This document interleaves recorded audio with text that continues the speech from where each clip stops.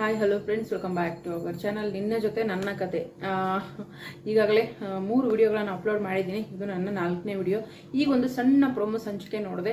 ಆ ಪ್ರೋಮೋ ಸಂಚಿಕೆಯಲ್ಲಿ ಏನಪ್ಪಾ ಅಂತಂದ್ರೆ, ನಮ್ಮ ಅಜಿತ್ ಅವರು ರೂಮಲ್ಲಿ ಆ ಕಡೆಯಿಂದ ಈ ಕಡೆ, ಈ ಕಡೆಯಿಂದ ಆ ಕಡೆಗೆ ವಾಕ್ ಮಾಡ್ತಾ ಯೋಚನೆ ಮಾಡ್ತಾರೆ.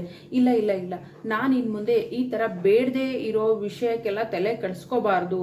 ನಾನು ನನ್ನ ಕೆಲಸ ಆಯ್ತು, ನನ್ನ ಕುಟುಂಬ ಆಯ್ತು, ನನ್ನ ಕುಟುಂಬದ ಕಡೆ ಮತ್ತು ನನ್ನ ಕೆಲಸದ ಕಡೆ ಮಾತ್ರ ಗಮನ ಕೊಡಬೇಕು. ಅದು ಬಿಟ್ರೆ ಬೇರೆ ಯಾವುದಕ್ಕೂ ತಲೆ ಕೆಡಿಸ್ಕೋಬಾರ್ದು ಅಂತ ಹೇಳ್ಬಿಟ್ಟು ಅಜಿತ್ ಅವರು ಯೋಚನೆ ಮಾಡ್ತಾರೆ.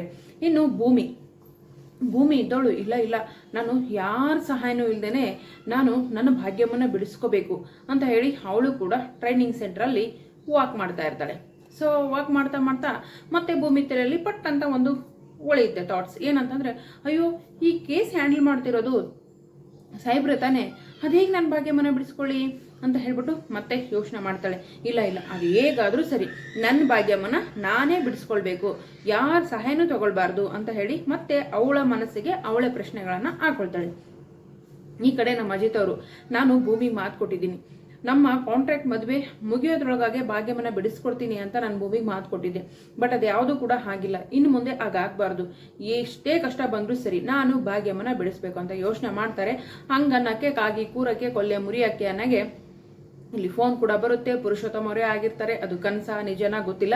ಒಟ್ಟಿನಲ್ಲಿ ಇಷ್ಟುದ ಅಂತೂ ಹೇಳ್ಬಿಟ್ಟಿದೀವಿ ನಾವು. ಯಾಕಂದ್ರೆ ಪುರುಷೋತ್ತಮ ಅಜಿತ್ನ ಕರೆಸ್ತಾರೆ. ಅಜಿತ್ ಅವರು ಏನಪ್ಪಾ ಅಂತಂದ್ರೆ ಸತ್ಯ ತಿಳ್ಕೊತಾರೆ. ದೇವಯಾನಿ ಬಗ್ಗೆ ಪುರುಷೋತ್ತಮ ಬಾಯಿ ಬಿಡ್ತಾರೆ.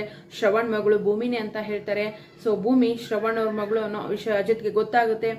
ಸೊ ಏನಪ್ಪಾ ಅಂತಂದ್ರೆ ದೇವಯಾನಿಗೆ ಡೆಫಿನೆಟ್ಲಿ ಶಿಕ್ಷೆ ಆಗುತ್ತೆ ಅಂತೆಲ್ಲ ನಾವು ಅನ್ಕೋತಾ ಇದೀವಿ. ಅದು ಕನಸ ನಿಜ ಅನ್ನೋದು ಇನ್ನ ಕನ್ಫರ್ಮ್ ಆಗಿಲ್ಲ. ಕನಸಾಗಿದ್ರೆ ನಿಜಕ್ಕೂ ಮತ್ತೆ ಬೇಜಾರಾಗುತ್ತೆ, ನಿಜ ಆಗಿದ್ರೆ ಭಾರಿ ಖುಷಿ ಆಗುತ್ತೆ. ಅಂತೂ ಇಂತೂ ಈ ಜೋಡಿ ಅಕ್ಕಿಗಳು ನಾನೊಂದು ತೀರಾ ನೀನೊಂದು ತೀರಾ ಅನ್ಕೊಂಡು ಯೋಚನೆ ಅಂತೂ ಮಾಡ್ತಾ ಇದ್ದಾರೆ. ಆ ಯೋಚನೆ ಏನಾಗಿದೆ ಅಂತಂದ್ರೆ, ನನ್ನ ಪಾಡಿಗೆ ನಾನಿರ್ಬೇಕು ಅಂತ ಅಜಿತ್ ಯೋಚನೆ ಮಾಡಿದ್ರೆ, ಭೂಮಿ ಕೂಡ ಅಷ್ಟೇ, ನನ್ನ ಪಾಡಿಗೆ ನಾನಿರ್ಬೇಕು, ನನ್ನ ಭಾಗ್ಯಮನ್ನ ನಾನೇ ಸ್ವತಃ ಬಿಡಿಸ್ಕೋಬೇಕು ಅಂತ ಹೇಳ್ತಿದ್ದಾರೆ. ಪಾಪ ಅಲ್ಲಿ ನೋಡಿದ್ರೆ ಅಜಿತ್ ಅವರು ಶತಾಯ ಗತಾಯ ಪ್ರಯತ್ನ ಪಡ್ತಾ ಇದ್ದಾರೆ ಭಾಗ್ಯಮನ್ನ ಬಿಡಿಸ್ಲಿಕ್ಕೆ. ಆ ವಿಷಯ ಭೂಮಿಗೆ ಗೊತ್ತಿಲ್ಲ. ಸಡನ್ ಆಗಿಬಿಟ್ಟು ಲಕ್ಷ್ಮಿ ಹೇಳಿದಂತ ಒಂದು ಸಣ್ಣ ಅದು ಆಕ್ಚುಲಿ ದೊಡ್ಡ ಮಾತೆ, ಬಟ್ ಅರ್ಧಂಬರ್ಧ ಕೇಳಿಸ್ಕೊಂಡಿರೋದ್ರಿಂದ ನಮಗನ್ಸುತ್ತೆ ಅದು ಸಣ್ಣ ಮಾತು. ಅಜಿತ್ ಅವರು ಹೇಳಿದ್ದೇ ಬೇರೆ, ಅಲ್ಲಿ ಲಕ್ಷ್ಮಿ ಭೂಮಿ ಹತ್ರ ಹೇಳಿದ್ದೇ ಬೇರೆ. ಹಾಗಾಗಿ ಅದೇನೋ ಹೇಳ್ತಾರಲ್ಲ, ಎತ್ತು ಎರೆಗೆ ಎಳಿತು, ಕೋಣ ಕೆರೆಗೆ ಎಳಿತು ಅಂದಾಗೆ. ಸೊ ಇವರಿಬ್ರು ತಾಳ ಮೇಳ ಒಂದಾಗ್ತಾ ಇಲ್ಲ. ಯಾರಾದ್ರೂ ಏನಾದ್ರೂ ಹೇಳಿದ್ರೆ ಪಟ್ ಅಂತ ನಂಬಿಡ್ತಾರೆ. ಇನ್ನು ದೇವಯಾನಿ ಬೇರೆ ಸ್ಕೆಚ್ ಮೇಲೆ ಸ್ಕೆಚ್ ಹಾಕ್ತಾನೆ ಇದ್ದಾಳೆ. ಅಮ್ಮ ಮಗಳು ಬೇರೆ ಒಂದಾಗಿದ್ದಾರೆ ಅಂತ ಇಡೀ ಕುಟುಂಬಕ್ಕೆ ಗೊತ್ತಾಗಿದೆ. ಸಂಗೀತ ನೋಡಿದ್ರೆ ಯಾವಾಗ್ಲೂ ಡೌಟ್ ಪಡ್ತಾರೆ ಮತ್ತೆ ಸಾರಿ ಕೇಳ್ತಾರೆ. ಸೊ ಆದ್ರೂ ಕೂಡ ಏನಪ್ಪಾ ಅಂತಂದ್ರೆ, ಈ ಜೋಡಿ ಒಂದಾಗ್ಬೇಕು ಅಂತ ನಾವೆಲ್ಲ ಬಯಸ್ತಾ ಇದ್ವಿ, ಅದಾಗ್ತಾ ಇಲ್ಲ.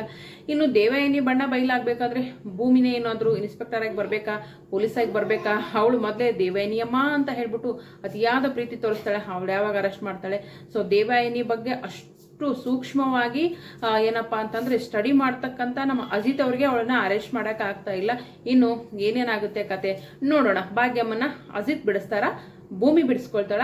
ಭಾಗ್ಯಮ್ಮನ ಬಿಡಿಸಿದ್ರು ಅಜಿತ್ ಅನ್ನೋ ಕಾರಣಕ್ಕೋಸ್ಕರ ಮತ್ತೆ ಅಜಿತ್ ಭೂಮಿ ಒಂದಾಗ್ತಾರ? ನೋಡೋಣ ಮುಂದಿನ ಸಂಚಿಕೆಯಲ್ಲಿ. ವಿಡಿಯೋಗೆ ಒಂದು ಲೈಕ್ ಮಾಡಿ, ಚಾನಲ್ ಸಬ್ಸ್ಕ್ರೈಬ್ ಮಾಡ್ಕೊಂಡು ದಯವಿಟ್ಟು ಸಪೋರ್ಟ್ ಮಾಡಿ. Thank you so much. Bye.